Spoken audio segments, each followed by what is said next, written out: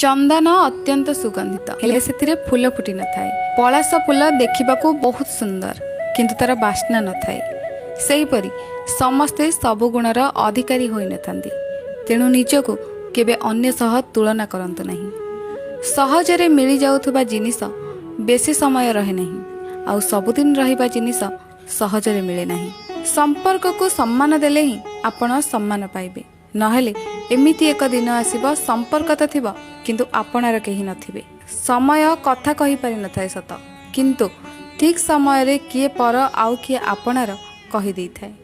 पत्र झड़िबा आगरु जेमिति पत्रर रंग बदली जाए, ठीक सेही परि मनीष बदलिबा आगरु तार कथाबार्ता व्यवहार शैली बदली जाई थाए।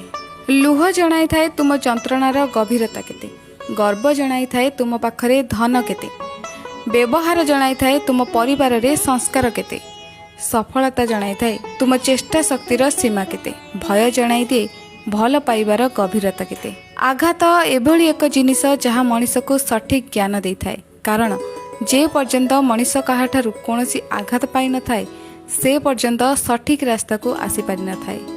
आशीर्वादर कोनोसी रंग न थाए, किंतु जदि कहार आशीर्वाद आम उपरे रुहे ताहेले आम जीवन रे अनेक रंग भरी दिए। सबु जिनिसर मूल्य किनिबा पूर्वरु जना पड़ी थाए, किंतु मनीषर मूल्य ताको हरेइबा परे ही जना पड़ी थाए। गढ़ीथिबा संपर्क को भांगिबाकू समयटिए लागेनी, किंतु भांगी जाइथिबा संपर्क को बेले बेले समय भी सजाड़ी पारेनी।